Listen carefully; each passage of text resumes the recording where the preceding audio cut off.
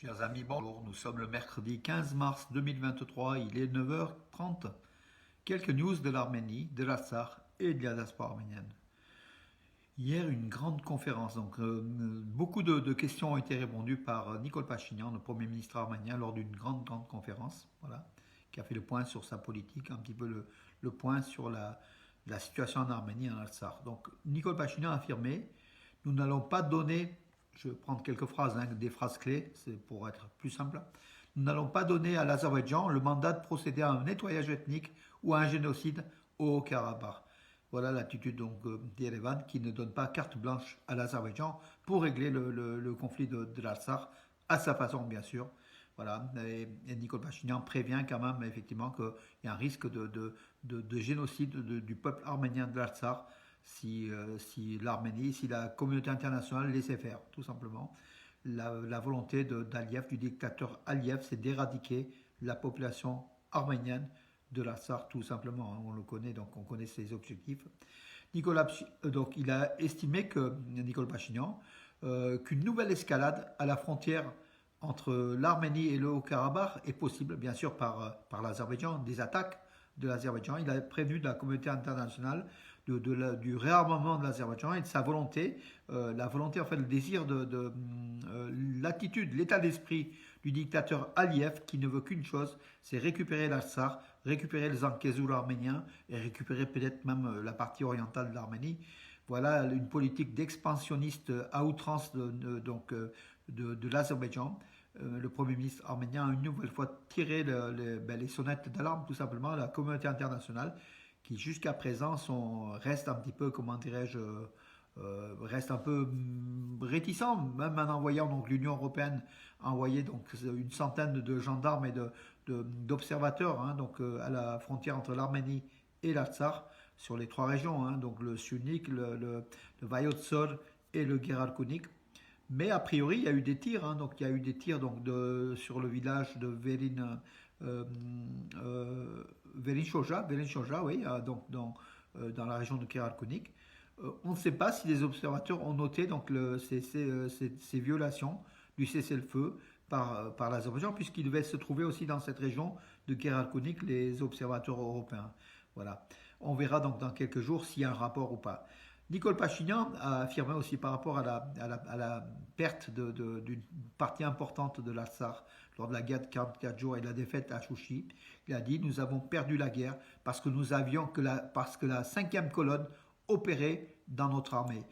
Il répondait donc à une critique qui faisait part que 50% de l'armée arménienne n'était pas engagée dans la guerre de l'Artsakh. Donc l'Arménie s'était engagée qu'à moitié dans cette guerre de 44 jours en Artsakh en automne 2020. Il répondait à cette critique, il a affirmé qu'il y avait une cinquième colonne, donc des gens qui derrière l'armée tiraient à leur profit et pas au profit de l'Arménie pour gagner la guerre. Enfin, l'Arménie aurait peut-être même pas gagné la guerre parce qu'en fait, il faut quand même être correct, face à la quatrième puissance de l'OTAN, la Turquie, qui était impliqué avec ses commandements, enfin, qui était impliqué à outrance derrière l'Azerbaïdjan avec les armes. Il n'était pas possible pour l'Arménie et l'Artsakh de gagner face à tant de militaires, tant d'arsenal militaire qui était derrière, et puis des stratèges.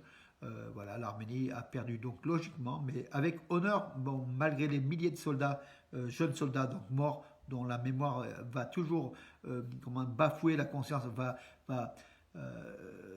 et en fait est inscrite avec des lettres de sang dans la mémoire arménienne, ces milliers de jeunes soldats que nous avons vus d'ailleurs, dont une partie repose à Hierapoul, c'est poignant, et on n'oubliera jamais ces sacrifices.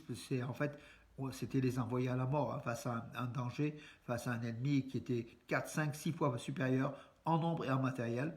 Mais ils n'auraient pas été, peut-être qu'aujourd'hui on aurait perdu la totalité de l'Artsakh et peut-être du Zangezur. C'est aussi, il faut voir aussi de l'autre côté comment dirais-je, de ces martyrs. Les martyrs ont servi la cause aussi. On n'a pas besoin de martyrs, mais dans ces régions-là, avec une puissance turco-azérie qui ne veut qu'une chose, la fin des Arméniens, l'Arménie est quasiment obligée de donner des soldats et des martyrs, malheureusement, voilà. à moins une paix durable puisse régner. Euh, Enfin, moi, je ne crois pas trop personnellement à une paix durable avec le couple maléfique turco-azéri, hein, qui a fait le premier génocide, qui est sans la communauté internationale. Donc, ce couple ferait donc un second, voire un troisième génocide pour finir avec les Arméniens donc, du Sud-Caucase et laisser libre cours au champ pantouranien qui va d'Istanbul jusqu'à Vladivostok.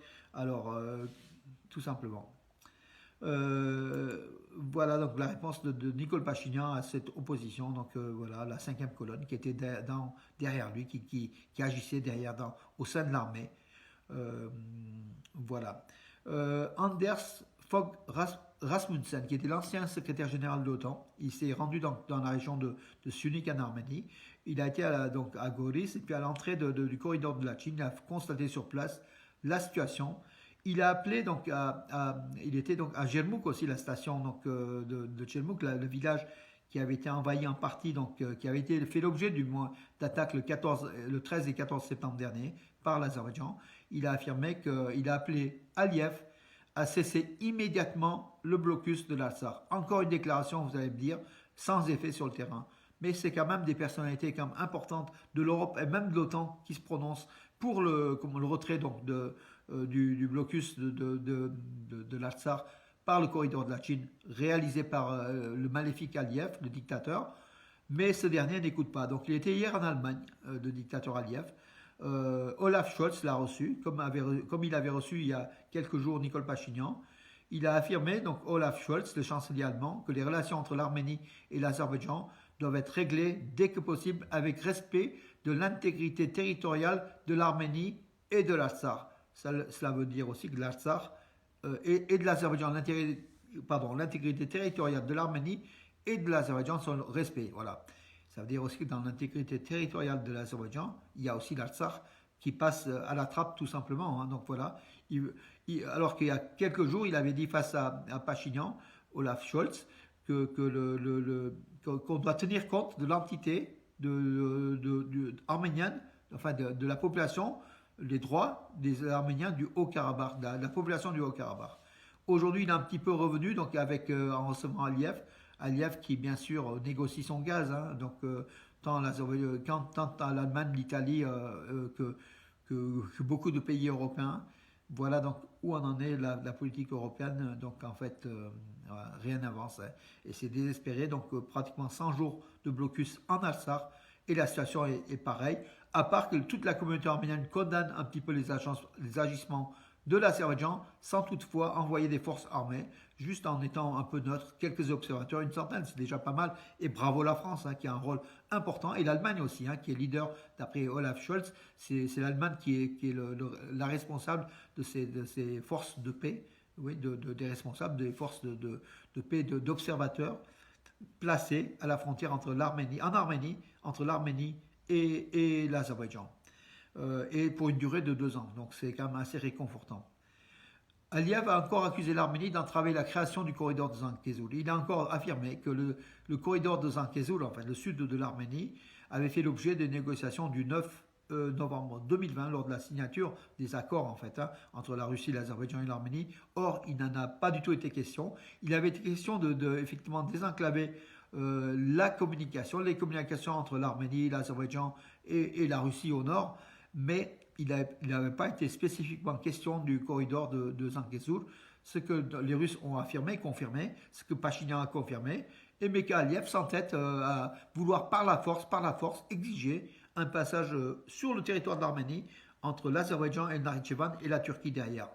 Voilà, et c'est là que en fait Aliyev comment dirais-je, s'énerve parce que les Arméniens disent non, et lui, à chaque fois que les Arméniens disent non, il envoie ses troupes aux frontières, il tire sur des villages arméniens, ou il assassine des policiers arméniens en Artsakh, comme on a vu le 5 mars dernier, 3 policiers arméniens de l'Artsakh tués dans un guet-apens. Voilà, tout ça parce qu'Aliyev n'était pas content, parce que la diplomatie internationale le condamnait à ouvrir le corridor de la Chine, et que son corridor de Zangezur au sud de l'Arménie n'était pas obtenu, toujours pas obtenu. Bien sûr, derrière, il y a Erdogan, la pression d'Erdogan, qui fort heureusement par le séisme, enfin c'est malheureux quand même à le dire, par le séisme et par les bouleversements politiques en Turquie avec les élections qui s'approchent, Erdogan semble un peu moins efficace. Donc du coup, Aliyev peut être un peu plus décelé et c'est tant mieux, mes amis. Donc Aliyev qui a affirmé aussi avoir réinstallé plus de 400 anciens réfugiés au Karabakh. Donc il les a installés sans doute à Chouchi. 400 400 Azéris qui sont venus ou revenus sur le territoire occupé de l'Artsakh, à Chouchi, et il désire y installer plusieurs centaines de milliers d'Azéris dans les zones occupées de l'Artsakh. Lui, il affirme des zones reconquises, mais ce sont des zones de l'Artsakh occupées depuis la guerre de 44 jours en Artsakh. Voilà mes amis, écoutez donc deux informations sportives. Garabet Mandelian, qui avait éliminé un Azéri mauvais perdant, très mauvais perdant, qui avait refusé de lui serrer la main, qui avait même donné un coup, qui a été disqualifié. Il avait gagné avant la limite sur le score de 7-1 face à cet Azéri. Donc Garabet Mandelian dans les 55 kilos. En demi-finale, il s'est imposé sur un Turc, mais en finale, il a perdu donc la finale face à un Roumain de la finale des U23. Ça se passe à Bucarest en Roumanie. Donc l'Arménien est vice-champion d'Europe, c'est déjà pas mal. Et puis l'autre information donc, importante, l'attaquant de l'équipe réserve du Bayern de Munich, le Bayern de Munich que tout le monde connaît donc dans son équipe 2, en réserve, il y a un Arménien qui joue, un jeune Arménien de 19 ans, il s'appelle Hrant, alors ça s'écrit Grant, mais Grant au niveau officiel, mais c'est Hrant Léon Ranos, c'est un Arménien, donc la nationalité arménienne et allemande. Il va jouer dans l'équipe nationale d'Arménie pour le match justement le 25 mars, donc dans quelques jours, pour le match Arménie-Turquie à guichet fermé. Hein. Donc c'est un match au stade républicain d'Erevan, 20 000 personnes, c'est à guichet fermé. Et puis c'est la première sélection de cet attaquant. C'est un très jeune attaquant, 19 ans comme je vous l'ai dit, qui pourra amener donc un peu de sang neuf à l'Arménie. L'Arménie qui a une très très bonne équipe. La Turquie est un peu supérieure au niveau des statistiques, mais on verra. Donc l'Arménie peut gagner face à la Turquie. On suivra de toute façon de près le 25 mars ce match qui sera transmis sur des réseaux. Hein, voilà. Et puis hier soir, donc notre Héno national, toujours pareil, Henrik Mkhitaryan, le meilleur joueur arménien de tous les temps d'après moi. Hein. On n'est pas toujours d'accord, mais pour moi c'est le plus grand joueur arménien de tous les temps. Il joue bien sûr à l'Inter de Milan, 33 ans, 34 même, il a dû avoir 33 ans ou 34 ans. Hier, il a participé donc à la qualification de son équipe, l'Inter de Milan, pour les quarts de finale de la Ligue des Champions. Donc l'Inter de Milan qui avait 0-0 face à Porto, et comme l'Inter de Milan avait gagné au match aller 1-0, l'Inter de Milan donc s'est qualifié donc pour les quarts de finale. C'est un bon résultat avec un Arménien de nationalité arménienne, ex-capitaine de l'équipe d'Arménie, qui sera en quart de finale de la Champions League, la Ligue des Champions. Voilà Reno, merci Henrik Mkhitaryan pour tout ce que tu fais à l'Arménie et au football arménien, on est fiers de toi. Voilà, et je pense que vous êtes d'accord avec nous. On a nous un Henrik Mkhitaryan. L'Azerbaïdjan ou la Géorgie n'a pas un joueur de cette trempe hein, au niveau international. Nous, on a déjà un joueur international reconnu comme l'un des meilleurs, hein, tout simplement. À chaque fois, il a des notes excellentes. Hier, il a une note moyenne parce que c'était peut-être pas, on peut pas toujours être au top, hein, donc voilà. Mais en tout cas, il a joué tout le match, Henrik Mkhitaryan. Et qualification pour les quarts de finale de l'Inter de Milan avec l'Arménien Henrik Mkhitaryan, qu'on a salué sur les réseaux sociaux, bien sûr. Il faut toujours être salué, derrière toujours le suivre pour essayer de dynamiser un petit peu aussi donc l'apport arménien au championnat d'Europe, au championnat italien et au monde occidental, hein, de l'Europe en général. Voilà mes amis, écoutez, je vous donne rendez-vous à demain et puis bonne journée, vive l'Arménie, vive l'Artsakh, vive l'Arménie occidentale qui est l'ensemble de tout cela, l'Arménie occidentale, par le traité de Sèvres, d'ailleurs reconnu en 1920, l'Arménie occidentale. Pourquoi je vous en parle? Je ne vais pas vous montrer le drapeau parce qu'on m'a dit, donc mes proches m'ont dit, mais ça fait trop. Enfin, il est beau le drapeau de l'Arménie occidentale, mais c'est vrai qu'on a le drapeau, le tricolore, le Hierakuin, qu'on n'oublie jamais. On se bat pour l'Arménie, pour l'Artsakh. Et l'Arménie occidentale englobe tout cela, mes amis. Voilà, il faut aussi le savoir. Historiquement et juridiquement, l'Arménie occidentale, c'est l'ensemble de tout ça. C'est l'ensemble de Wilson, c'est l'ensemble du traité de Sèvres qui a été ratifié, même si certains disent que non, la Turquie n'a pas. La Turquie a reconnu aussi donc, le traité de Sèvres, tout simplement l'a ratifié. On vous expliquera dans le détail, mais vous savez, ce sont des faits, ce ne sont pas des hallucinations. Voilà mes amis pour aujourd'hui. Je vous donne rendez-vous à demain et bonne journée en espérant de bonnes nouvelles. Merci.